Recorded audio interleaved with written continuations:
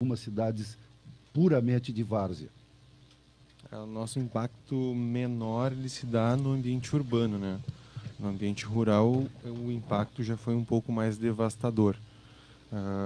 Falando especificamente na questão ambiental, esquecendo a infraestrutura, esquecendo a urbanização, a gente ousa dizer que aqui nas nossas várzeas houve uma dizimação da fauna silvestre, certo? Então, o impacto ambiental aqui ele ainda é incalculável. Eu mantenho contato direto com o pessoal do IBAMA, ali em Porto Alegre, o qual trabalhou diuturnamente também nos resgates, não só de fauna silvestre, mas de humanos, pets e tudo mais. Então, o IBAMA se fez muito presente naquela região, assim como nós aqui no nosso município também.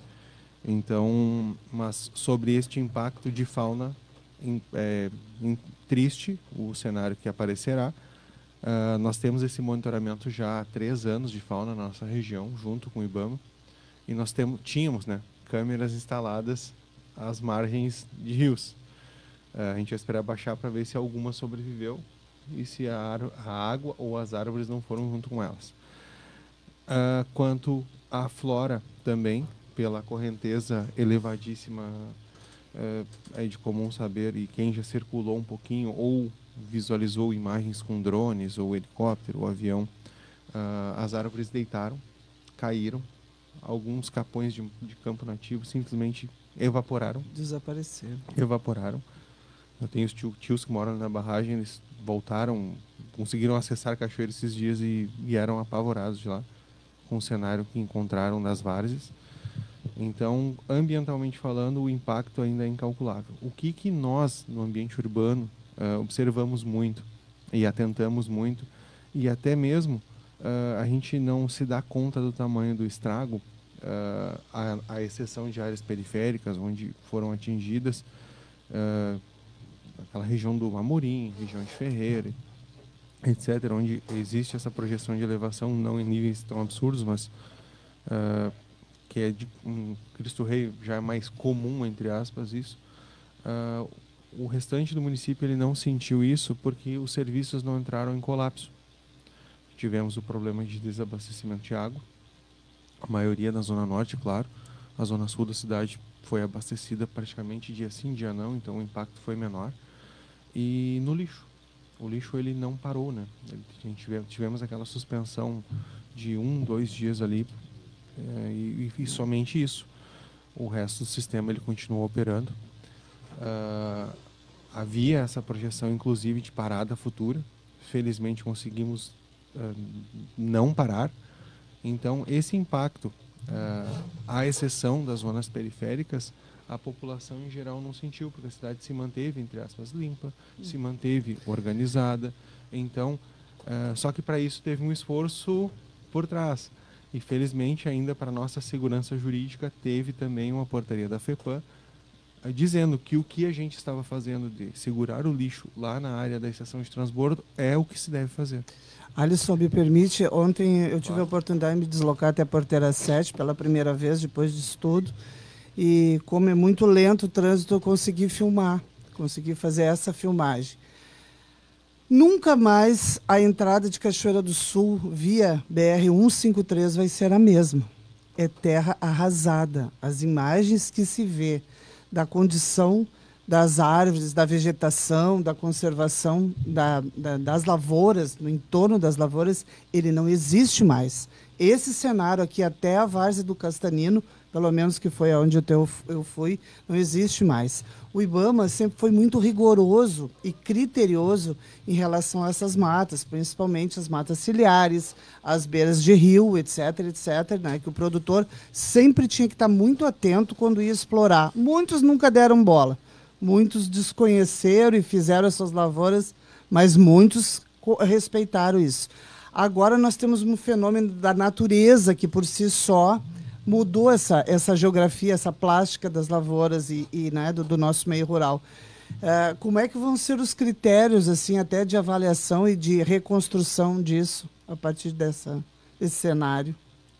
Eu penso que as legislações vigentes, elas ainda permanecem. Sim. Né? Então, mas penso que Algumas deverão ser alteradas. O parcelamento de solo no ambiente urbano, provavelmente também.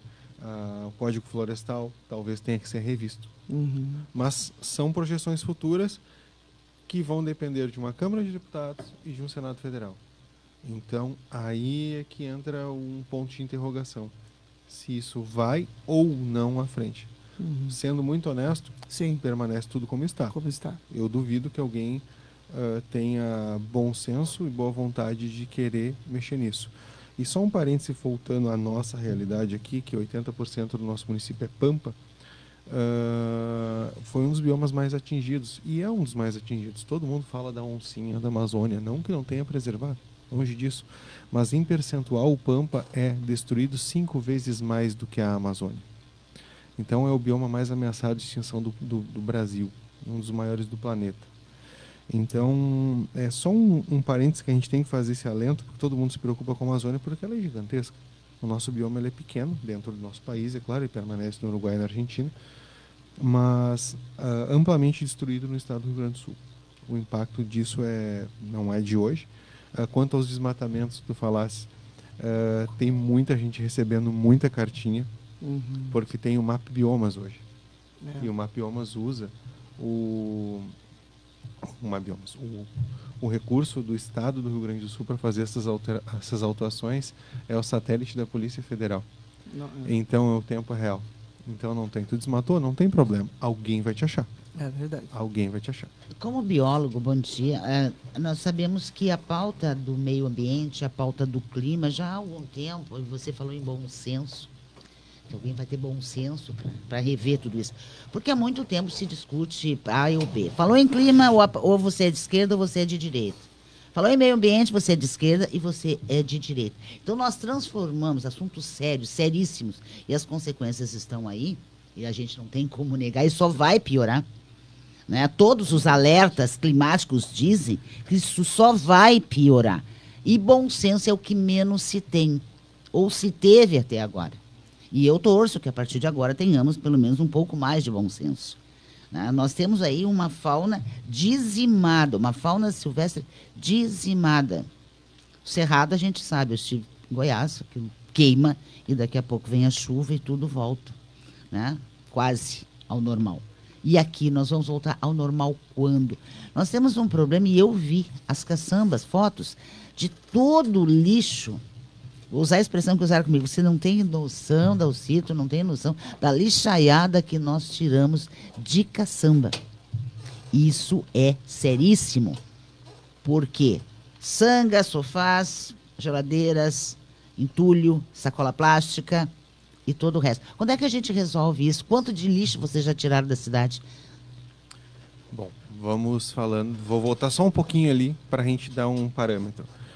Do recolhimento urbano, que a população não sentiu e eu espero que não sinta, que essa realidade continue sendo a que a gente está executando, nós temos praticamente 1.500 toneladas somente de resíduo sólido urbano. Isto é, o lixo que a gente recolhe da casa do contribuinte na cidade. Isso estocadas. Se Papai do Céu permitir, e espero que assim permita, hoje... Não vai permitir. Vai. Eu tenho um pouquinho mais fé que tu. Um pouquinho Vai mais chover. de fé do que tu. Vai chover. Nós conseguimos tirar 4 carretas hoje, então... Vai resolver? Não, mas a gente começa a despachar. Mas voltando à essência da tua pergunta, até agora foram mais de 120 cargas de caçamba de resíduos tirados da Cristo Rei e da Ferreira. Resolveu o problema? É claro que não. A gente tem mais 200 cargas para tirar, no mínimo. Lado bom, se é que a gente pode utilizar dessa história para limpeza, é que saiu na sexta-feira pela manhã um empenho da Defesa Civil de R$348 mil para que pudéssemos contratar retroescavadeira, caçamba e horas homem. E de pronto já fizemos esse projeto, já encaminhamos na sexta mesmo, porque nós já tínhamos um pré-projeto que vai ser listado dia 3, muito similar, então adaptamos o recurso ao valor e ao tempo, porque a Defesa Civil ela manda o recurso, o valor e o tempo. Então a gente adaptou isso às nossas planilhas, que são baseadas no Tribunal de Contas do Estado. E espero que hoje ainda seja apareça um vencedor, porque é por dispensa. Eu ia dizer, será que tem uma empresa em condições de atender? Tem. Pelo que eu falei ontem com o pessoal de compras, acho que tem 3 ou 4 empresas já interessadas, e isso é bom porque faz com que o valor baixe. Ai, que boa notícia. Então, eu espero que isso seja ainda hoje declarado, pelo menos, saber, vai ser a empresa do fulaninho, da Beltraninha, para que a gente já possa começar a fazer um pente fino nessas áreas. E aí, Dalcira, nesse pente fino é que a gente vai ver o volume de lixo. O resíduo da enchente a gente está separando nesta área, numa outra área lá, na área do aterro, porque a gente vai volumetrizar isso para encaminhar depois a destino adequado. E isso também vai ter um custo, e esse custo não é baixo. Então, diferente do resíduo sólido urbano, que ele é mais compactado, esse gera mais volume, então a gente vai acabar gastando mais em frete. Por que a gente está deixando separado também? Se o destino é praticamente o mesmo, Minas do Leão. Porque a Defesa Civil ressarce, ou reembolsa, ou contribui com o município, se apresentado como estava a área, a volumetria e quanto foi. Então, por isso que a gente está deixando isso separado, em área apropriada, para que a gente possa, num segundo momento, já destinar também. Alisson, nós estamos conversando com o secretário municipal do Meio Ambiente de Cachoeira do Sul, Alisson Boijink, mas ele está acompanhado do diretor da secretaria, o gestor ambiental Moisés Gastaldi Batista. E para o Moisés eu pergunto, há razão de ser, na sua visão ou na visão do Meio Ambiente de Cachoeira, das críticas que estão sendo feitas em relação ao governo do Estado? Às vezes eu não gosto de citar especificamente o governador Eduardo Leite, porque isso não é uma ação única de uma pessoa. Não, vou mudar 480 normas do Código Ambiental ou das ações ambientais que depois vão ser implementadas pela FEPAM, sei lá. Entende? Mas o governo encaminhou, né, e eu vi, Moisés, que no primeiro momento, quando as críticas começaram a aparecer fora daqui, especialmente por articulistas de Rio e São Paulo, nada contra, os nossos irmãos lá, sem ter o nosso impacto, resolveram dar uma olhada mais a miúde na questão legal e meio ambiente. Começaram a dizer, olha, o governador há 2 anos fez uma flexibilização. No primeiro momento, o governo do Estado se defendeu dizendo que só estava se adaptando a alterações que tinham sido feitas pelo governo federal, as normas que tinham se alterado da legislação federal. Então, era uma adaptação, né? Claro que, para a gente que é um pouquinho mais atento, nós estamos num sistema federativo. Município, Estado e União são entes que compõem a nação brasileira, mas têm as suas autonomias. Não é porque o governo federal fez uma alteração que nós seríamos obrigados. Você acha que existe algum fundamento nessas críticas? Um bom dia a todos. Todo o quadro que a gente vê e visualizou durante essa enchente, alagamento, essa quantidade de chuva, né, isso foi uma coisa assim totalmente desproporcional à nossa realidade. Tanto é que a primeira enchente, a maior, foi a de 41, né? E eu acho que em cima desta realidade de 41 é que foi traçadas muitas leis e muitas regras sobre enchentes e alagamentos. Creio que sim, que tem que ser revistas, né, as novas leis ambientais, o que será conservado, o que será renomeado como área de preservação, e críticas é normal, né, serem feitas, né, que sejam elas construtivas, para que a gente consiga aí ter futuramente menos danos ambientais. Moisés, especificamente sobre uma mudança mais recente, provada tudo pela Assembleia, eu sempre dizer assim, não saiu da cabeça de uma pessoa, isso tudo teve um processo legislativo, onde representantes do povo votaram. Seria a questão de aproveitamento de áreas de preservação para fazer reservação de água visando as lavouras. Isso também passou por uma discussão, os deputados aprovaram, mas hoje se pergunta, será que essa reservação seria útil numa precipitação de chuvas desse nível, ou ela seria um agravante ao meio ambiente? É uma boa pergunta, né, Toné? No momento eu acho que sim, que era, talvez, né, se fosse importante essa preservação, ser preservado essas fontes de águas naturais. Mas hoje, né, a gente já nem sabe se essas fontes naturais permanecem lá, né? Então, E as barragens, especificamente, se nós tivéssemos milhões de litros reservados em barragens, que eventualmente poderiam até romper. Isso aí é uma situação totalmente adversa à nossa realidade, né? E a partir de agora tem que rever, não adianta. Alisson. Toné, vamos começar do último agora, da barragem. Esses grandes reservatórios são todos gerenciados pelo Estado do Rio Grande do Sul, né? E também pela Agência Nacional das Águas. Nós, município, infelizmente, não temos incumbência. Mas sobre a gestão das águas, é um ponto muito interessante. Vamos lá. Para que eu use pivô de irrigação de uma barragem, eu preciso de licenciamento ambiental. É justo? É justo. Pronto. Mas para que eu use o mesmo pivô, utilizando água do Jacuí, do Irapuá, do Pacacaí, seja de qual for, eu não preciso. Qual é a lógica de eu ter uma barragem, pessoa privada, direito privado, meu açude, pedir licença para usar a minha água, e o rio, direito público, não precisar de licença? O arroz precisa, estou falando em específico dos pivôs de irrigação. Qual é a coerência nisso? Qual é a coerência nisso? Se alguém tiver, por favor, me explique. Eu até entendo das minhas limitações e ignorância, mas isso eu não consigo uma explicação clássica e teórica para isso. Eu uso o rio a meu bel prazer, entre aspas, mas tenho que dar satisfação do açude que tem lá. Então, sim, mas aí nós temos uma questão daquela coisa, quem aprovou a lei, quem fez a lei, quem sugeriu, quem deixou, e por que nunca se ampliou essa discussão. E eu volto a dizer, a pauta meio ambiente, seja ela da água, do solo, da barragem, do clima, ela continua sendo uma pauta que exalta os ânimos e cada um puxa a brasinha para o seu assado, né? Sempre vai haver esse... Não deveria, porque a pauta é única. Se está ruim para o agro, está ruim para a cidade também. Porque nós sabemos que essas condições climáticas, elas não atingiram suas lavouras. Espelhando-se no velho continente, o tema que se debate há anos e agora mais em voga ainda são mudanças climáticas. Então não há outro clima a não se outro tema a não se debater, senão esse. Então a gente tem que estar preparado para isso, porque infelizmente isso, entre aspas, é o nosso novo normal. Então a gente é uma coisa temerário até e triste dizer isso, desse novo normal, mas porque não tem como fugir disso, né?